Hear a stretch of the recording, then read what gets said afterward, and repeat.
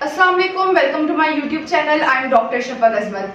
आज की वीडियो में मैं बात करूंगी कार्पल टनल सिंड्रोम के बारे में, जिससे आम जबान में कहा जाता है हाथों का सुन्न हो जाना या कलाइयों में दर्द होना या कोई चीज उठाते हुए दर्द होना हाथों पे। तो इसको हम लोग मेडिकल टर्म में कहते हैं कार्पल टनल सिंड्रोम और लेमन लैंग्वेज में कहते हैं हाथों का सुन्न होना या कलाइयों में दर्द होना। सबसे पहले तो हम लोग इसमें देख लेंगे कि इसकी क्या सिम्टम्स हैं, क्या इसकी वजूहात हैं, ठीक है, किन किन चीज़ों में ये होता है, कौन से लोग हैं, ये कौन सी ऐसी कंडीशंस हैं, मेडिकल कंडीशन जिसकी वजह से कार्पल टनल सिंड्रोम हो जाता है। और फिर इसके बाद हम लोग लास्ट में डिस्कस करेंगे इसकी कुछ आसान एक्सरसाइजेस जो बहुत बेस्ट हैं और बहुत आसान है, आप लोग किसी भी टाइम पे कर सकते हैं। सबसे पहले तो हम लोग देख लेते हैं कार्पल टनल सिंड्रोम है क्या। कार्पल टनल सिंड्रोम में होता क्या है कि हमारे बाजू से लेके हमारे हाथ तक कुछ नर्व्स यानी कि कुछ नसें आ रही होती हैं, जिसमें एक नर्व होती है मीडियन नर्व। मीडियन नर्व जो होती है वो सप्लाई कर रही होती है फिंगर्स तक, यानी कि वो कलाई से पास हो रही होती है और वो फिंगर्स तक सप्लाई कर रही होती है। तो होता क्या है, जब मीडियन नर्व कंप्रेस होती है यानी कि कहीं पे वो दब जाती है या उसमें कोई खराबी आती है, तो होता क्या है कि हमारे हाथ में दर्द होता है, हम कोई चीज नहीं उठा सकते, ठीक है, कमजोरी महसूस होती है, ग्रिप जो होती है वो मजबूत नहीं होती किसी चीज को पकड़ते हुए। तो उसकी वजह से ये जो मीडियन नर्व होती है ये उसकी वजह से हो रहा होता है। अब होता क्या है कि इस जगह पे एक बैंड होता है, ठीक है, जो अल्लाह ताला ने जो हमारा निज़ाम बनाया है हमारी बॉडी में, उसमें क्या होता है कि इस जगह पे कलाई में एक बैंड होता है। बैंड के नीचे से नर्व्स पास हो रही होती हैं, उसमें एक नर्व होती है मीडियन नर्व। वो क्या होती है, किसी न किसी वजह से कोई ना कोई ऐसी चीज होती है जिसकी वजह से वो कंप्रेस हो रही होती है, वो सप्लाई पूरी तरीके से जो हमारी फिंगर्स होती हैं उंगलियों तक वो नहीं पहुंचा रही होती। उसकी वजह से हमें ऐसा महसूस होता है कि हर वक्त चुंटियां चल रही हैं, ठीक है, ये कलाई में दर्द हो रहा होता है, कोई भी मूवमेंट कर रहे हैं। फॉर एग्जाम्पल अगर खवातीन है तो वो घर में खाना बना रही हैं, आटा गूंद रही हैं, तो उस वक्त उन्हें ज्यादा दर्द हो रहा है, ठीक है। या इसके अलावा जो मर्द हजरात हैं, स्पेशली वो लोग जो कंप्यूटर पे ज्यादा काम करते हैं, जिनका टाइपिंग का काम है, उन्हें इस जगह पे दर्द हो रहा है, ठीक है। या स्क्रू ड्राइवर लेके अगर कोई आप चीज कर रहे हैं, कोई स्क्रू खोल रहे हैं, तो मुसलसल एक मूवमेंट होती है, ठीक है, उसकी वजह से वो अगर आप कर रहे हैं तो उस वक्त भी आपको दर्द हो रहा है, तो ये निशानी होती है कि हो सकता है कि आपको कार्पल टनल सिंड्रोम हो। अब इसको हम लोग कंफर्म कैसे करेंगे, इसके काफी तरीके हैं। लाइक आप अल्ट्रासाउंड करवा लें, अल्ट्रासाउंड होता है, MRI होता है, ठीक है। तो उसमें क्या होता है कि ये जो होता है प्रॉपर कंफर्म हो जाता है कि आपका आइदर कौन सी नर्व जो है वो कंप्रेस हो रही है और कौन सा आपको डायग्नोसिस जो है वो क्या आ रहा है, यानी कि आपकी कौन सी ऐसी कंडीशन है जिसकी वजह से नर्व कंप्रेस हो रही है। अब हम लोग बात कर लेते हैं कि ये कौन कौन से लोगों में होता है। वो लोग जिनको थायराइड का इशू होता है उनमें भी कॉमन होता है, वो जिनको डायबिटीज का मसला होता है, या प्रेगनेंसी में काफी ऐसी कॉम्प्लिकेशंस हो जाती हैं जिसकी वजह से ये मसला होता है। प्रेगनेंसी के बाद फॉर एग्जाम्पल आपका सी सेक्शन हो रहा है, उसमें कॉम्प्लिकेशन हो गई है, तो उसके बाद भी आपकी जो नर्व है वो कंप्रेस हो सकती है। और वो लोग जो ज्यादातर कंप्यूटर में काम करते हैं, टाइपिंग का काम करते हैं, उनको भी ये दर्द ज्यादा देखने में आता है।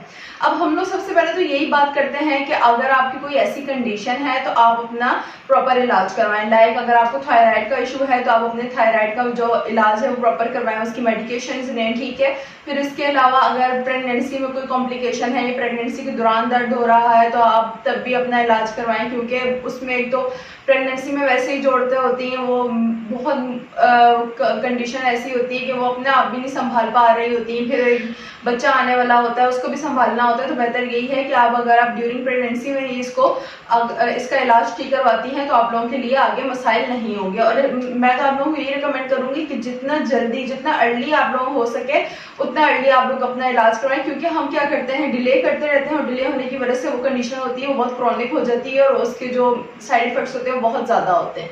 तो ये चीजें हैं। फिर इसके अलावा वो लोग जो टाइपिंग का काम करते हैं, जो कंप्यूटर में काम करते हैं, उनका ये होना चाहिए कि एर्गोनॉमिकली ये होना चाहिए कि वो पोस्चर अपना ठीक करके बैठे। पोस्चर ठीक करने के साथ साथ उनका जो चेयर है वो ठीक होनी चाहिए, कंफर्टेबल होनी चाहिए। फिर जिस जगह पे वो काम कर रहे हैं, लाइक अगर उनका कीबोर्ड पड़ा हुआ है तो वो कीबोर्ड जो है वो इस तरह होना चाहिए कि वो अपना उनका हाथ जो है हल्का सा ऊपर हो, बिल्कुल जो सीधा हाथ होता है वो भी जो होता है ये कॉज कर सकता है कि मीडियन नर्व को कंप्रेस कर सकता है अगर आप लोग बहुत ज़्यादा लॉन्ग आवर्स में काम कर रहे हैं। फिर इसके अलावा यही है कि बीच में अगर आप लोग वर्क फ्रॉम होम कर रहे हैं या टाइपिंग का काम कर रहे हैं या फ्रीलांसर्स जो हैं, तो उनको ये रिकमेंड करूंगी कि वो बीच में ब्रेक लिया करें। ब्रेक लेने से क्या होता है, हम लोग अपनी स्ट्रेचिंग कर सकते हैं, हम थोड़ा रेस्ट कर सकते हैं। उससे क्या होता है कि ये जो हमारी जो मुसलसल एक मूवमेंट होती है टाइपिंग की, उससे भी सुकून हो जाता है। तो फिर उसके बाद आप लोग जब ब्रेक लेके अपना काम करते हैं तो आप लोग फ्रेश होते हैं।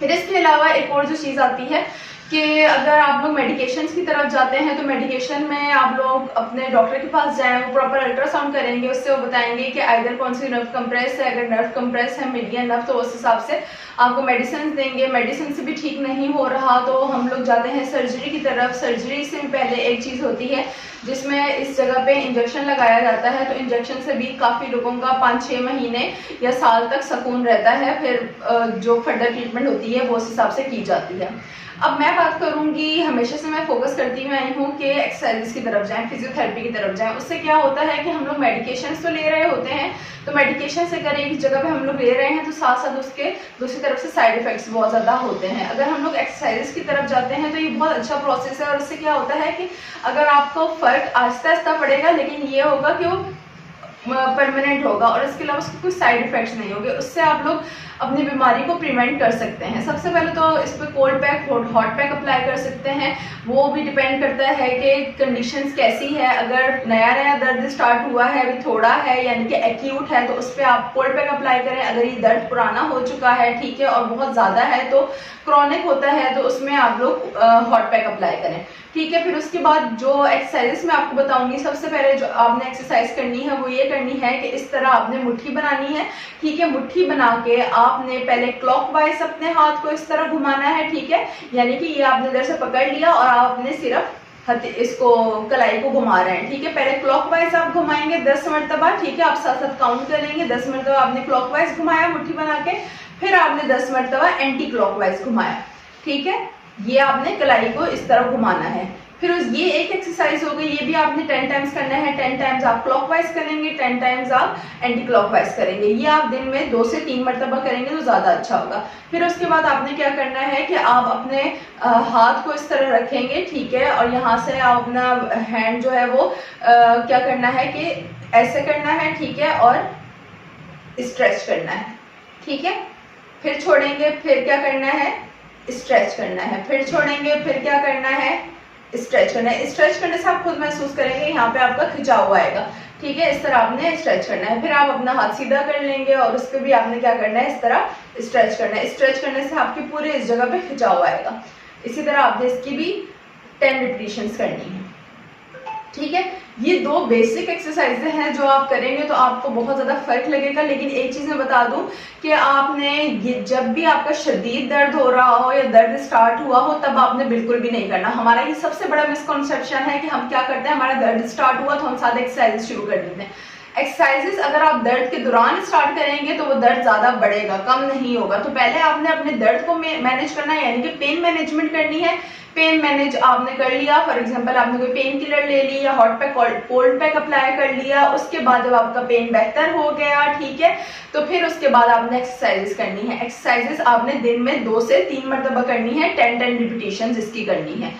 इसके अलावा ये एक्सरसाइज आपने की, इसके अलावा एक और चीज आपने करनी है कि हैंड स्प्लिंट आता है, ठीक है, वो आपने पहन के रखना है, मुसलसल पहन के रखना है, ठीक है। रात को तो स्पेशली पहनना है। इसके अलावा दिन में आप जितना ज्यादा पहन सके उतना बेहतर है। वो सपोर्ट कर रहा होता है हमारे जो बैंड होता है यहाँ पर उसको, तो उससे क्या होता है कि दर्द कम होता है। फिर वो खवातीन जो घर में जो घरेलू काम ज़्यादा करती हैं, लाइक खाना वगैरह बनाना, आटा गूंदना, बर्तन धोना, इस तरह की जो चीज़ें होती हैं, तो वो उसको भी थोड़ा अवॉइड करें। अगर करना बहुत मजबूरी है तो आप लोग रेस्ट दे के कर लें, ठीक है। फिर उसके अलावा वो हजरात या वो खवातीन जो टाइपिंग का काम करते हैं, फ्रीलांसिंग करते हैं, उनके लिए भी पहले बता चुकी हूँ कि वो बीच में ब्रेक लेके काम करें, उससे बहुत ज़्यादा उन्हें इससे अफाका होगा। तो ये वो चीज़ें हैं जो अगर आप लोग करते रहेंगे तो ये कार्पल टनल सिंड्रोम यानी कि हाथों का सुन्न होना और कलाइयों में दर्द होना, ये बहुत ज़्यादा इससे आप लोगों को अफाका होगा, और उम्मीद करती हूँ कि ये दर्द दोबारा नहीं होगा। अगर आपके कोई भी क्वेश्चंस या क्वेरीज हैं तो आप मुझे कमेंट सेक्शन में बता सकते हैं। मिलते हैं नेक्स्ट वीडियो में। बहुत शुक्रिया, अल्लाह हाफिज़।